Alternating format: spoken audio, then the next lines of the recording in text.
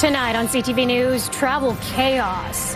From mass cancellations on BC ferries to winter whiteout conditions and major highway shutdowns, wild weather hits BC hard for the holidays. Also tonight. It was very horrible. We were running back and forth. A frantic scene as an RV goes up in flames, leaving 2 people dead. How neighbors smashed their way in trying to save their lives. And don't like it much. I'm glad I get an extra hour of sleep. We've been talking about it twice a year for ages, ditching daylight saving time. Is it about time?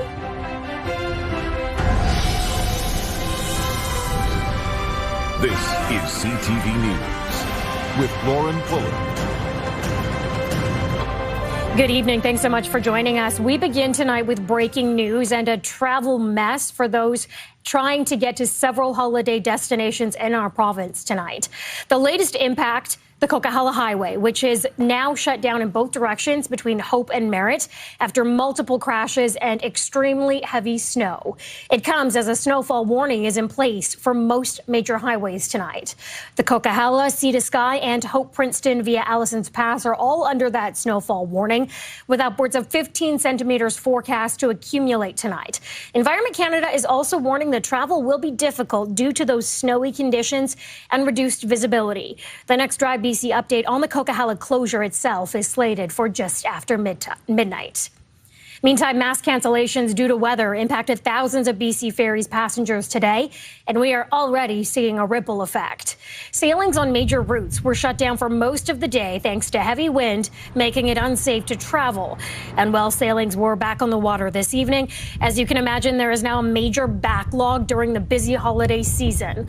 According to the BC Ferries website, reservations are now sold out for much of the day tomorrow, and BC Ferries says weather hasn't been the only hurdle. Compounding the issue is that there's been a system issue that's impacting our ability to view the e-bookings and for our customer service teams and external users to view those. And so our IT teams are working through that as well.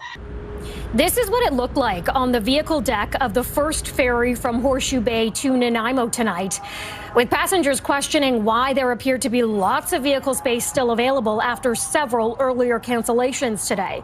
We have reached out to BC Ferries to ask why and what happened, but have yet to hear back. There is some good news tonight for those looking to head out on the Highway 3 rather soon. After being shut down due to washouts from flooding in mid-December, the province says the highway is expected to reopen between Boxing Day and New Year's Day, which is weeks earlier than first expected. The province does caution, though, the repairs are temporary and the detour will be in place with a speed limit of 30 kilometers an hour. It will still be quite some time before long-term repairs are complete. Vancouver police are on the lookout for a car that was involved in an early morning hit and run that claimed the life of a senior. Somebody's going to look outside. They're going to see it parked on their street. They're going to see it parked in their driveway. It might be in their garage. Maybe it's gone to an auto body shop. If you know where that vehicle is, if you can help us with that investigation, we're asking you to come forward. An 81-year-old woman was crossing Rupert Street just after 6:30 this morning when she was fatally hit by the driver who fled the scene. Police say the car is a dark gray Volkswagen Golf from the late 90s or early 2000s and is missing the driver's side mirror and may also have damage to the front end. One person is dead following a serious multi-vehicle collision on Highway 1 in Surrey this morning. BC Highway Patrol officers were called to Highway 1 near 176th Street exit just after 7:15 this morning. According to police, 3 cars were involved in that crash, including one that appears to have crossed the median, causing a head-on collision. The crash caused the highway to be closed westbound for several hours, and police are now looking for any witnesses or video that could help determine the cause of the incident. A deadly fire ripped through a Surrey RV overnight, leaving a neighborhood in shock.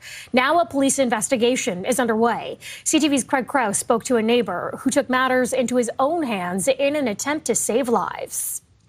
Inside this RV behind me, Surrey police say 2 people were killed in a fire that broke out Sunday night as neighbors attempted to set them free. My son, he watching TV and he saw the fire. He told me that the fire going on the RVs, and we just ran away like right away. I told my son to call 911. After making the call, the Sorora family says they rushed outside as the RV filled with smoke and flames. His wife knocking on the door to see if anyone was inside. It was very heartbroken. It was very horrible. We were running back and forth. Hearing no cries for help, but the family knew people had been living inside the RV. The door is locked. Then I smashed the glass by the door and the backside. Cutting his hand while making holes as he grabbed the garden hose to douse the flames. Just doing whatever you could. Yeah. First, if somebody in there, and that's something like try to help. If somebody in there, try to get them out. We were at least trying our best to see if any noise, somebody will say something. Soon thereafter, the family says fire crews arrived to tackle the growing blaze. A fire that police are now investigating with no cause given yet. The residents that shared the driveway, we effectively removed 10 people from that home, and neither the persons nor the home were impacted. The tragic part was that after Surrey Fire Service put out the flames, it was readily apparent that there were 2 deceased inside the RV. And now with the investigation underway, Surrey police are asking anyone with information about this incident to come forward. Craig Crowe, CTV News, Surrey. After a nearly 6-year investigation, a murder charge has been laid in the 2020 killing of a Coquitlam soccer player. The victim, 24-year-old Eddie Bogary, was last seen leaving his home on December 27, 2019, according to investigators. His body was found on January 11, 2020, on a vacant forested property in Maple Ridge. Homicide investigators say Alan Mohammed Tahiri was arrested Friday. He's been charged with 1 count of second-degree murder with a firearm and 1 count of indignity to human remains. The homicide team isn't releasing details on a possible motive, but will say the killing isn't random and have this to say about the suspect. I can confirm that Mr. Tahiri has a criminal record, which includes firearms-related offenses, and he is known to the police based on interactions we've had in the past. IHID says multiple agencies worked on the years-long investigation, which led to police identifying and arresting Tahiri. He is next scheduled to appear in court on January 12th. A trial has been set for a Central Saanich police officer accused of sexual assault. Constable Ryan Johnston was arrested and charged last December following an investigation by the Vancouver police. He is one of 2 officers charged. Sergeant Matthew Ball was also charged separately, both for allegedly sexually assaulting a woman they met while on duty. Sergeant Ball died by suicide shortly after being released from custody. The offenses allegedly took place in February and March of 2020. Johnston has pleaded not guilty. His trial is set to begin August 24th in Victoria. The Canada Border Services Agency has seized more than 26 kilograms of cocaine from a container ship bound for Vancouver. Investigators found 23 bricks of cocaine hidden in the ceiling of a shipping container declared to be carrying frozen fruit. A CBSA says drug-sniffing dogs helped uncover the shipment, which originated in Colombia. The bust happened October 31st at CBSA's Tsawwassen inspection site, but was only announced today. It brings the total amount of cocaine seized by border agents in BC this year to 727 kilograms. Surrey police are looking for information about a man suspected of stealing from a retirement home. According to police, last Monday afternoon, a suspect entered a retirement home, allegedly stealing the purse of a senior living there. It's believed the suspect gained access to the victim's apartment by pretending to be a maintenance worker. Police are asking anyone who may have witnessed the theft to come forward.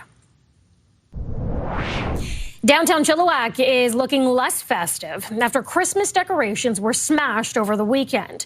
A security camera near Wellington Avenue and Mill Street shows one person smashing Christmas lights wrapped around a pole. Mounties say this happened around 3 a.m. on December 18th as they work to identify the 5 suspects involved. Expect to see more police patrolling that area in an effort to thwart vandals. First Nations leaders across the province have issued a joint statement criticizing calls to amend the Declaration on the Rights of Indigenous Peoples Act in response to a recent court ruling. As CTV's Yasmin Gandam reports, the groups say the province's comments on the issue are a step backward from the goal of reconciliation. 30 First Nations across BC writing to Premier David Eby criticizing recent talks of amending DRIPA, the Declaration on the Rights of Indigenous Peoples Act. It just reminds me of going back decades and decades ago. Philip says Eby's comments are against reconciliation, and amending the declaration would grind projects to a halt, as First Nations leaders may be forced to defend their rights in courts. It creates, in fact, an economic uncertainty on the ground. And this is all while we're trying to reconcile Aboriginal title and Crown title. When we set up the Declaration of the Rights of Indigenous People Act, we were very clear that this wasn't the territory of the courts. This is the territory of government negotiating with First Nations, setting the pace and choosing the laws to bring into alignment. First Nations leadership says even amending DRIPA would be a step backward, as it took decades to get the declaration. When we look at where we're at now, and we don't have people standing up. We don't have the Premier standing up in terms of saying, listen, there's Aboriginal title on the ground. The call comes after a BC Court of Appeal ruling following the Cowichan Tribes case was released earlier this month. It found the province's mineral claims system was inconsistent with DRIPA. CTV reached out to the Premier's office for comment, but did not hear back in time for broadcast. Yasmin Gandam, CTV News, Vancouver. Still ahead, is it about time? Why the semi-annual debate of ditching daylight saving time is sparking warnings again. But first, it just is one thing after another right now. From a trade war to wild weather, we sit down with the Premier about the year that was and what's in store for 2026. Do you have everyone checked off your list? It's the last-minute shopping rush, and this year Canadians are being choosy about what they buy and how much they're spending. Tomorrow at 6 on CTV News Vancouver, BC's best newscast.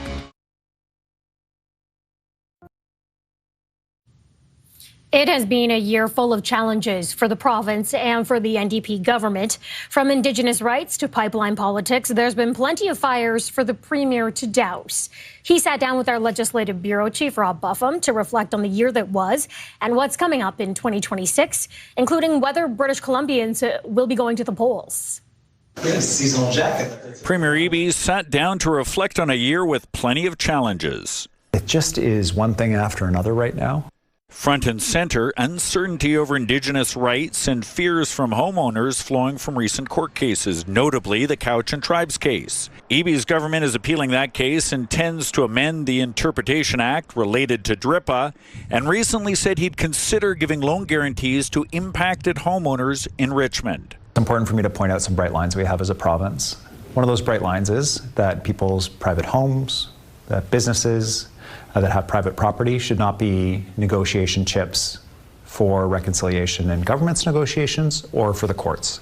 Other conflict that dominated 2025, pipelines. Despite a deal between Alberta and Ottawa laying the groundwork for a potential pipeline to BC's coast, the Premier maintains his opposition to lifting the oil tanker ban, a condition needed for a pipeline to the north coast, and calls any talk of a pipeline to the south, like Vancouver, hypothetical. Premier Smith has no route, she has no proponent, she has no money, she has nothing except a $20 million communications exercise. He does acknowledge interprovincial spats between BC and both Saskatchewan and Alberta have been partly fueled by politics. The temptation is always there for politicians, I include myself in that, to bring politics to the table.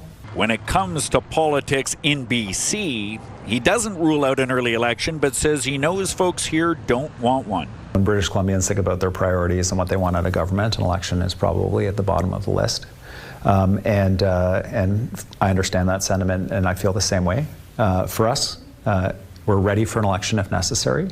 We're drawing bright lines around what we will and will not tolerate in terms of the legislature. With the budget around the corner in February and a massive deficit created by his government, he pledges belt tightening, but won't say when a firm plan to balance the budget is coming. We are going to ensure that we are bringing that deficit down year over year. We'll let the finance minister roll out her fiscal anchors when she's ready to do that. On housing, after 15 Metro Vancouver mayors push for the NDP to repeal its housing legislation that allows for multi-unit homes as a right and is seen by some as overreach, not happening, says Eby. We've unfortunately just run into too many cities that are refusing to build those kinds of homes. Now is absolutely the wrong time to back off on housing. You know, we have led the country in seeing declining rents. We've seen almost a 10% reduction in rents in our province in the last 2 years. On criminal law changes, the Premier says he's in favour of all the proposals from the grieving family of Bailey McCord, the Kelowna woman allegedly killed by her ex-husband. Changes that include GPS monitoring and a national domestic offender registry. We're fully supportive of the proposal that Bailey's family has brought forward. Regarding the controversial decriminalization of small amounts of most street drugs, a pilot project largely pulled back and up for renewal in January, he says he'd support keeping the law as it presently stands. Currently, we have an exemption in a very limited situation of somebody overdosing at their house being able to call 911 and expect that the ambulance shows up instead of a police car to arrest them. I think that makes a lot of sense. As for the beleaguered forestry sector in the recent shutdown of a mill in Crofton, Premier Eby offered a sliver of hope for the new year. We're going to do all we can to get that mill reopened. There are proposals around how we might be able to get that back up on its feet. I really hope we'll explore every opportunity to do that. A new year that will come with a fresh slate of challenges piled on to the existing ones. Robert Buffum, CTV News, Victoria. The Christmas spirit is high in Vancouver after an annual charity event handed out holiday hampers to hundreds of families in need.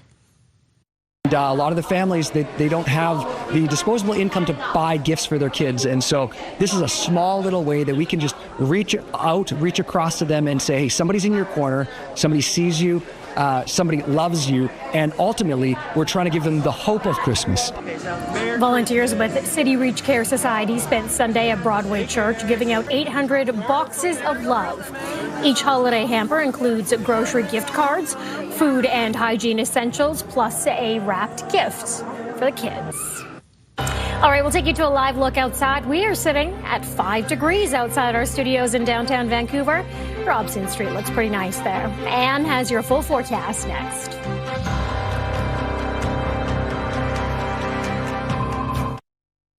Welcome back to CTV News. Let's take a look at our forecast now. As we head into tomorrow, we'll still see a few showers overnight into tomorrow morning for your early morning commute. Mostly cloudy skies, a few scattered showers here and there. We do dry up with a few breaks. And then heading into the evening hours, we'll see overcast conditions. For the southern interior tomorrow, beautiful day. Mostly sunny skies from Kamloops right down to Surrey. Temperatures between 2 and 5 degrees. Early morning flurries clearing up quite nicely for Cranbrook with a high of 3. You'll see a few flurries to start off the day for Prince George and Williams Lake. Sunny breaks through the afternoon, clearing up nicely along the coast for Bella Coola with a high of -2 degrees. For the northern half of the province, Dease Lake -29, but it'll feel like -45 with that Arctic outflow. For St. John and Smithers, you'll see a mix of sun and cloud with temperatures between -14 and 27. Few breaks and a few showers for Port Hardy, 5 degrees, cloudy with showers and 5s as well for Campbell River and Comox. Periods of rain for Tofino with a chance of afternoon thunder showers, 7 degrees, light rain from Port Alberni right down to Victoria with a few breaks for Nanaimo and the southern Gulf Islands. Cloudy with showers for the Sunshine Coast. Periods of rain up the Sea to Sky Highway for Squamish. Flurries for Whistler and for us across the Lower Mainland. A few showers to start off the day. Sunny breaks with temperatures between 7 and 8 degrees. Heading into Wednesday starts off wet. Drying up through the afternoon for Christmas Day. Mostly cloudy skies and 6. Clears up nicely for Boxing Day on Friday. And then on Saturday, showers return in the afternoon. Soggy for Sunday, continuing into Monday, both seeing highs to 7. Lauren? Look at that. We're getting some sunshine. Thanks, Anne. Well, as we're coming off the winter solstice, the shortest day of the year, scientists are once again warning against daylight saving time. In other words, if you thought this morning was dark, imagine what it would be like if we hadn't set our clocks back. CTV's St. John Alexander takes a look. The daylight saving debate, that's switching our clocks back and forth, is settled among most scientists. Stopping the time change is the best idea for our health. And the public is widely in favor of adopting daylight saving all year round. That is, springing forward permanently for extra sunshine in the evening. I do like a long summer night, I can't lie. I love it too. What they forget is what it's like in the winter, when we have permanent daylight savings time. To test his theory, we got up extra early and conducted our own time travel experiment. So here we are, 9 a.m. standard time on the shortest day of the year. Most of the streetlights have gone out and the sun is coming up. Imagine, though, if we were still on daylight saving time. To do that, we'll go back an hour. Here we are. An hour earlier, we're back to the past. This is what it would look like at 9 a.m. if we didn't fall back. Streetlights, all of them are still on. Plain and simple, before and after. 9 a.m. standard time, which we're on now, or 9 a.m. daylight saving time. In other words, scientists don't think springing forward permanently is such a great idea. You need to have that light in the morning to reset your circadian rhythms. We're very light sensitive, and so that morning light is critical. Think of circadian rhythms as our internal clocks. They regulate our sleep, hormones, even digestion. It's really helpful for us to get out and get that morning light. It was a little dark in the morning, yeah. It's not a very good feeling. During the energy crisis in the 1970s, the U.S. adopted daylight saving year-round, and at first, the public was all for it. It didn't last a year. Because people hated it in the wintertime. Now, of course, we are getting ahead of ourselves. The laws haven't changed yet. We still have to switch those clocks twice a year. Though politicians swear, it's just a matter of time. St. John Alexander, CTV News, Vancouver. Still ahead on the Sawatsky sign-off, Adam finds out the story behind a pair of Port Alberni teachers making a holiday hit. Finally tonight, teachers from Port Alberni are putting the hip-hop in the holidays by turning Christmas classics into viral rap videos. And as Adam explains in tonight's Encore Sawatsky sign-off, it's not their first time getting creative to keep kids connected.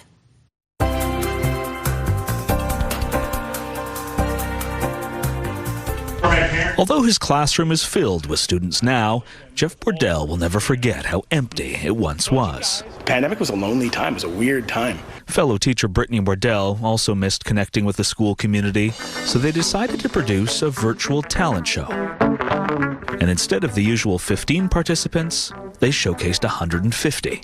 I think that was just like, oh, this really reaches a lot of kids that we wouldn't normally reach. So after the pandemic, the duo started using video to connect with kids, from posting fun online interviews. Who's the nicest person you know? My mommy. To producing a whole movie inspired by The Office called The School. We were like, oh, that's actually a lot of fun, and the kids love it.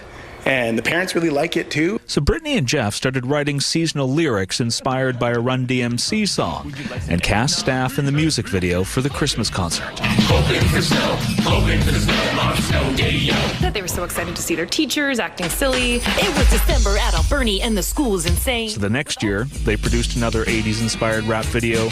Before this year, it's a trilogy. Reimagining one of the biggest hits of the 90s. Naughty or nice, nice baby. The concept was that some teachers are on the naughty list, some teachers are on the nice list. Manad Mo never cleans staff room dishes, enrages Hillman, torments fishes. Brittany and Jeff wrote the self-deprecating lyrics in August and recorded the song in November before capturing their colleagues on camera before and after school and spending 50 hours editing it all together on weekends. And so we have a lot of fun with it. And because it's fun, it doesn't seem like a big job. And while they appreciate not receiving coal from the critics, it was really good. I liked all the dance moves they did. It's just fun to see them laughing and stuff. The greatest gift for Brittany and Jeff, after earning tens of thousands of views online, is seeing how the school community can connect with the wider one. That's the goal, always to make everybody feel like part of the team. Adam Sawatsky, CTV News, Port Alberni. Yo, man, let's get out of here. Word to you, Southern. And that is our show for tonight. Thank you so much for sharing part of your evening with us. Have a great night.